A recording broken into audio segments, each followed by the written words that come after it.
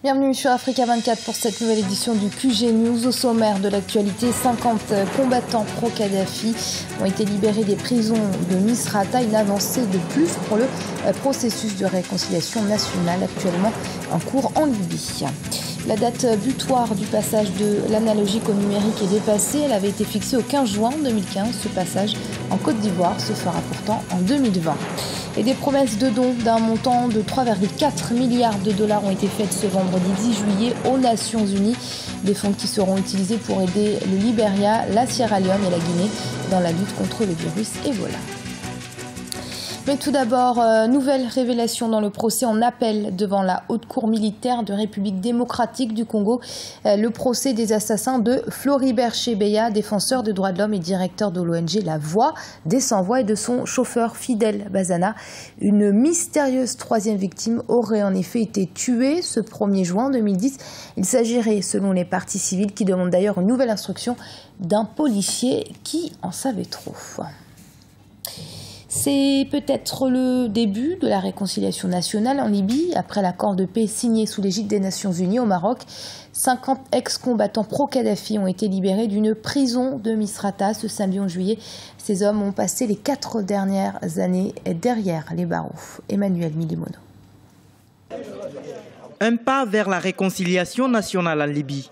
Samedi 11 juillet 2015, des ex-combattants pro-Kadhafi ont été libérés d'une prison de Misrata par le gouvernement basé à Tripoli.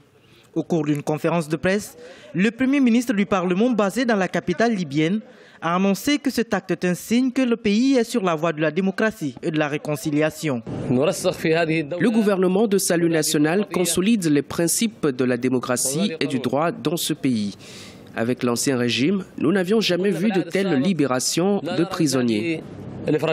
C'est la troisième relaxe du genre de l'établissement de correction Diawiwa à Misrata en 2015.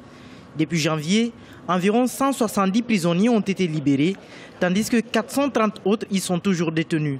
La majorité d'entre eux attendent encore leur procès. Pour les prisonniers libérés et leurs familles, le 11 juillet 2015 a marqué la fin de 4 longues années d'attente. L'espoir n'était presque plus permis de revoir leurs proches après de 6 longues années de détention.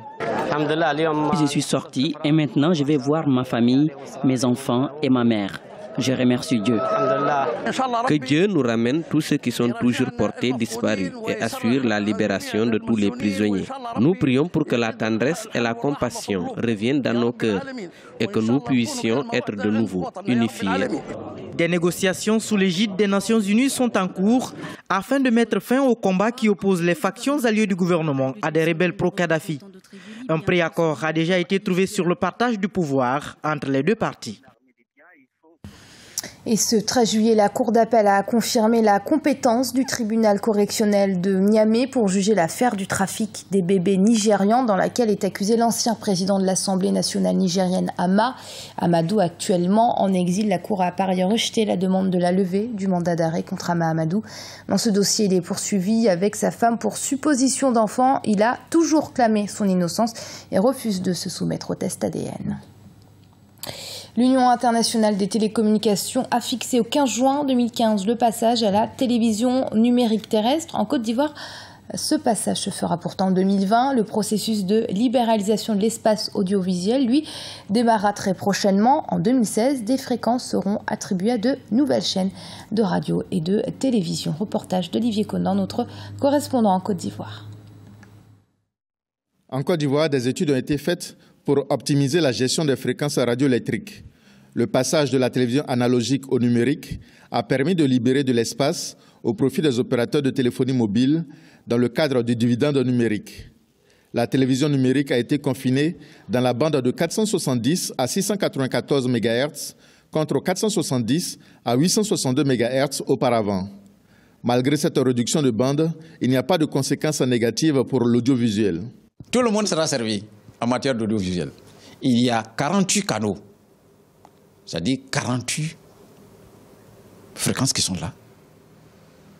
Chaque fréquence peut prendre jusqu'à 20 programmes. Ça veut dire qu'il y a de l'espace pour tous ceux qui veulent faire de la radio, du moins la télévision numérique en Côte d'Ivoire. L'Union internationale des télécommunications a fixé au 15 juin 2015 la date de passage à la télévision numérique terrestre. En Côte d'Ivoire, cette transition se fera en 2020. Pour l'heure, des tests sont en cours avec 37 émetteurs pilotes. Pour le moment, il y a un qui est installé à Bobo et c'est de celui-là que je parle à Bobo pour voir jusqu'à quelle zone ça couvre. Et on a bien fait des expériences pour voir que ça couvre tout le sud d'Abidjan et que la partie nord, c'est-à-dire derrière Bobo, en allant vers Yama, le signal est de faible portée. Ça suppose qu'il va falloir dupliquer un autre émetteur qui permettra de couvrir cette bande avec suffisamment de champs pour que les émissions soient beaucoup plus claires. La libéralisation de l'espace audiovisuel est prévue en 2016. La technologie numérique va permettre d'avoir des dizaines de chaînes de télévision. La migration vers la télévision numérique terrestre devrait coûter 25 milliards de francs CFA à l'État ivoirien, qui va subventionner l'achat des décodeurs. La CEDEAO, la communauté économique des États d'Afrique de l'Ouest, particulièrement touchée par la fraude fiscale. Les multinationales ont en effet fait sortir de cette zone illégalement 210 milliards de dollars entre 2002 et 2011. Un manque à gagner considérable. Le pays le plus touché est le Nigeria. Viennent ensuite la Côte d'Ivoire et le Togo. 3,4 milliards de dollars, c'est le montant total des promesses de dons qui ont été faites aux Nations Unies pour aider le Libéria, la Sierra Leone et la Guinée à éradiquer définitivement le virus Ebola en améliorant notamment leur système de santé. Ces nouvelles promesses portent à plus de 5 milliards de dollars le total des sommes allouées pour l'instant. Elisée Akizimana.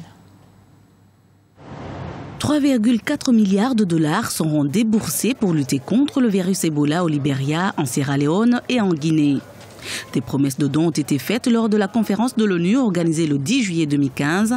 Objectif, aider les pays qui ont été touchés par la fièvre hémorragique à se reconstruire et faire face à Ebola.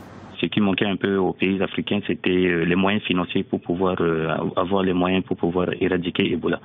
Aujourd'hui, le continent est touché, le monde entier s'est mobilisé pour pouvoir éradiquer Ebola. Et si vous arrivez aujourd'hui sur le continent africain, il y a des dispositions qui ont été prises dans tous les pays pour pouvoir, protéger et puis lutter contre ce phénomène, ce fléau qui gangrène le continent pour l'instant. Mais je pense qu'avec les moyens qui ont été alloués par la communauté internationale, je pense qu'on va arriver aux fins escomptées. Je pense, pour ma part, je pense qu'il faut être optimiste dans ce sens. Ces dons vont être injectés dans la reconstruction des infrastructures sanitaires, mais aussi dans la relance de l'agriculture. Ils vont servir également à inciter les entreprises à réinvestir dans ces 3 pays qui ont été durement touchés par l'épidémie Ebola. Une occasion de repenser aussi aux stratégies de lutte contre ce virus au niveau continental. La fièvre hémorragique à virus Ebola est un révélateur de la fragilité de la plupart de nos systèmes de santé. Nous ne devons plus nous voiler la face. Ebola montre le fossé impressionnant qui sépare nos stratégies de l'efficacité qu'elles devraient avoir sur nos défis sanitaires. La Sierra Leone et la Guinée font toujours face à des cas du virus, tandis que le Libéria, qui l'avait éradiqué au mois de mai, a annoncé avoir découvert 2 autres cas la semaine dernière. Les principales promesses de dons de lutte contre ce virus viennent de la Banque africaine de développement, de la Banque mondiale, de l'Union européenne, du Royaume-Uni, de la Banque islamique de développement, des États-Unis et de l'Allemagne. Et ce journal a été préparé par l'ensemble de la rédaction. Merci de l'avoir suivi. Restez sur Africa 24 dans un instant, une nouvelle édition de l'information.